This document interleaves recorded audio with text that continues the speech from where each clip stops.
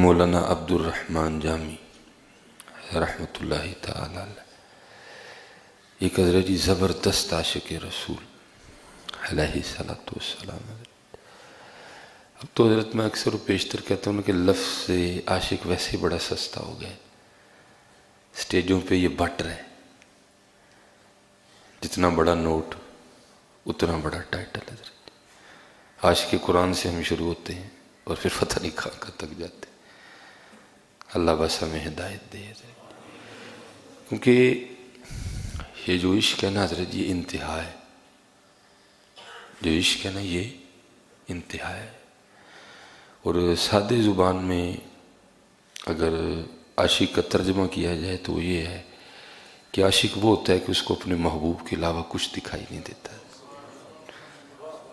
آپ اس کے محبوب کو لاکھوں میں کھڑا کر دیں گے نا، ان لاکھوں میں صرف اس کو اپنا محبوب نظر آئے گا۔ یہ عشق ہے حضرت، اور جس کی یہ کیفیت نہیں ہے وہ عاشق بھی نہیں ہے۔ اس دن ہی حضرت میں ایک پروگرام پہ اسٹیج پہ تھا، تو کسی حضرت صاحب نے کو نوٹ دیا، تو ساتھ ہی انہیں ٹائٹل دے دیا گیا، جی بابا جی بڑے عاشق قرآن ہیں۔ وہ پکی بات ہے، مجھے پکا یقین تھا کہ بابا جی کو قرآن پڑھنا بھی نہیں آتا تھا۔ عجیب ہمارے حالات ہیں۔ اور کیونکہ حضرت جی بزرگوں کا مزاج رہا ہے، اسپیشلی مولانا روم رحمۃ اللہ تعالی علیہ، کہ آپ جب بھی کوئی ایسی مشکل بات آئی تو پھر آپ مجاز کو لے کے آئے بات سمجھانے کے لیے۔ آپ فرماتے ہیں جب مجنوں نے دعویٰ کیا نا عاشق ہونے کا، تو پھر اس کا امتحان لیا گیا۔ تو امتحان اس طرح ہوا کہ لیلا نے کسی شخص کو چھری اور ایک پلیٹ دے کے نا مجنوں کے پاس بھیجا کہ جا کے مجنوں کو کہا کہ اگر تو لیلا کا عاشق ہے تو پھر لیلا نے کہا ہے کہ اپنے وجود کا گوشت دے۔ وہ گیا تو اس نے جا کے لیلا کی وہ بات مجنوں کو سنائی، تو مجنوں آگے سے کہتا ہے کہ گوشت تو دوں کس حصے کا۔ وہ واپس آیا، اس نے آ کے کہا کہ مجنوں کہتا ہے کہ گوشت تو میں دینے کو تیار ہوں، لیکن یہ بتاؤ دوں کس حصے کا۔ اس نے کہا بھی کچا ہے۔ اس نے کہا بھی کچا ہے۔ اس نے کہا تو بھی کس طرح پتہ چل گیا کچا؟ اس نے کہا ابھی تک اس کو حصے یاد ہے ابھی اس کو حصے یاد ہے، اور دعویٰ کرتا ہے عاشق ہونے کا۔ عاشق تو وہ ہے وہ خود کو نہیں دیکھتا، وہ صرف محبوب کو دیکھتا ہے۔ یہ کیسا عاشق ہوا کہ جس کو ابھی تک اپنے حصے یاد ہیں؟ ہم تو اپنے آپ میں پھنسے لوگ ہیں حضرت۔ عاشق اس دن ہم نے ہونا ہے حضرت جس دن ہم سارا کچھ چھوڑ کے نا ہم نے صرف اللہ اور اللہ کے رسول کو راضی کرنے میں لگ جانا ہے حضرت۔ ابھی تو ہم خود کو راضی کر رہے ہیں، ہمارے کپڑے، ہمارے چہرے، ہمارے انداز، ہمارا ہیئر سٹائل، ابھی ہم ابھی ادھر نہیں کچھ، ابھی تو ہم خود میں پھنسے لوگ ہیں جو ان کو راضی کرتے ہیں۔ یہ حضرت پڑھ رہے تھے نا، ہماری جانے بلا مدینہ کا ہمارے لیے تو اب شغل ہے، اور باقاعدہ موجود ہے کہ فرمایا گیا کہ وقت آئے گا کہ وہ لوگوں کا سیر سپاٹا حج اور عمرہ بن جائے گا۔ آج وہ وقت آ رہا ہے حضرت، آہستہ آہستہ۔ اب ہم وہاں نہیں جاتے، اب ہم سیلفیاں کھینچنے جاتے ہیں حضرت، تاکہ ہم جا کے لوگوں کو بتا سکیں کہ میں بھی مدینے گیا ہوا تھا۔ تو لوگوں کے لیے آیا ہے، تو دیکھ تو صحیح تو کن کی بارگاہ میں آیا میاں؟ تجھے ابھی بھی لوگ یاد ہیں، تجھے یہاں کے بھی دوست یاد ہیں، تو پل پل کی تصویریں کھینچ کے پاکستان بھیج رہا ہے۔ تو لکھا ہے کہ میں نے پڑھا ہے حضرت جی، اور بات یقین اور محبت والوں کے لیے، اگر آپ اعتراض کرنے نکلو گے تو میرے پاس آپ کے اعتراض کا کوئی جواب نہیں ہے۔ ہم تو ماننے والے لوگ ہیں، اور ہم نے تو عشق سیکھا بھی نہیں لوگوں سے ہے، ہم تو چل رہے ہیں ان کے نقش قدم پہ، شاید کامیاب ہو جائیں کہ نبی علیہ السلام سے محبت کس طرح کرنی ہے۔ ہم نے تو انہیں لوگوں سے سیکھا۔ تو لکھا ہے کہ ملا عبد الرحمن جامی بڑے عاشق رسول تھے حضرت۔ تو آپ جو ہے نا حج کے لیے تشریف لے گئے، مدینہ طیبہ حاضر خدمت ہوئے۔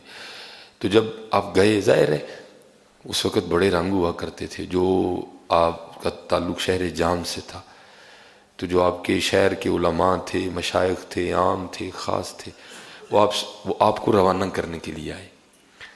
تو جب ملا عبد الرحمن جامی گئے نا مدینہ پاک، تو آپ کی اتنی بڑی داڑھی تھی، داڑھی مبارک نا بڑی داڑھی تھی آپ کی، اتنی بڑی داڑھی شریف۔ تو جب آپ مدینہ پاک سے واپس آئے تو داڑھی چھوٹی رہ گئی ہوئی تھی، اب ظاہر ہے وہ سارے مشائخ آپ کے شہر کے علماء سارے زیارت کے لیے حاضر ہوئے کہ ملا عبد الرحمن جامی محبوب کی بارگاہ سے حاضری لگوا کے آئیں، تو چلو کچھ جا کے ہم بھی عبد الرحمن جامی سے فیض لیتے ہیں۔ تو جب وہ سارے حاضر ہوئے نا تو آ کے کیا دیکھا کہ ملا عبد الرحمن جامی رحمۃ اللہ تعالی کی داڑھی چھوٹی ہو گئی ہے۔ لوگوں نے کہا بھائی یہ کیا ہوا، یہ تو مدینہ پاک گئے تھے تو یہ کیا کر رہے ہیں، داڑھی چھوٹی کروائے ہیں۔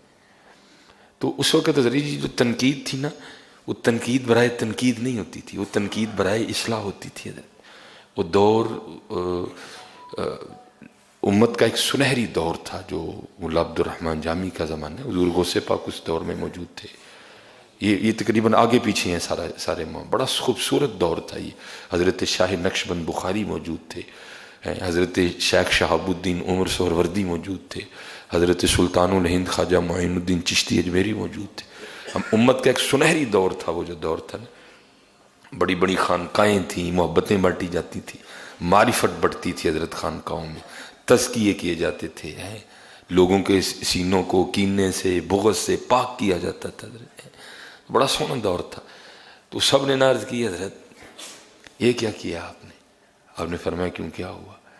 حضرت جب آپ گئے تھے تو ریش مبارک داڑھی میں اتنی بڑی تھی، تو یہ آپ کیا کر کے آئے ہیں؟ مدینہ پاک گئے ہیں تو داڑھی چھوٹی کروائے ہیں؟ آپ نے فرمایا کروائی نہیں، ہو گئی ہے، کروائی نہیں، ہو گئی ہے۔ تو اس کی حضور ہو کے میں گئی؟ فرمایا اصل میں بات یہ ہے کہ میں حضور نبی علیہ السلام کے مزار مبارک پہ نا اپنی داڑھی سے جھاڑو دیتا رہا ہوں۔ میں حضور نبی علیہ السلام کے مزار مبارک پہ اپنی داڑھی سے صفائی کرتا رہا، حضور کے روضہ انور کو، حضور کے مزار مبارک۔ وہ صفائی کرتے کرتے چھوٹی ہو گئی ہے۔ یہ تھے مدینہ جانے والے لوگ۔ ہم نے کیا جانا ہے، ہم نے کیا جانا ہے؟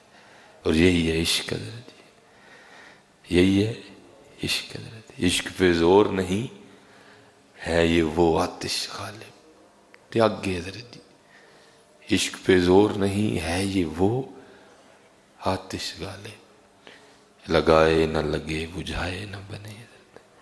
حضرت سیدنا بلال رضی اللہ تعالیٰ عنہ جب حضور کا وصال ہوا نا، جیسے ہم کہتے ہیں ہم پہ اور تسی تو مدینہ مدینہ پہ کری جاندے ہو ہر ویلے، ہم مدینہ اس لیے کرتے ہیں کیونکہ مدینہ میں ہمارے حضور ہیں حضرت۔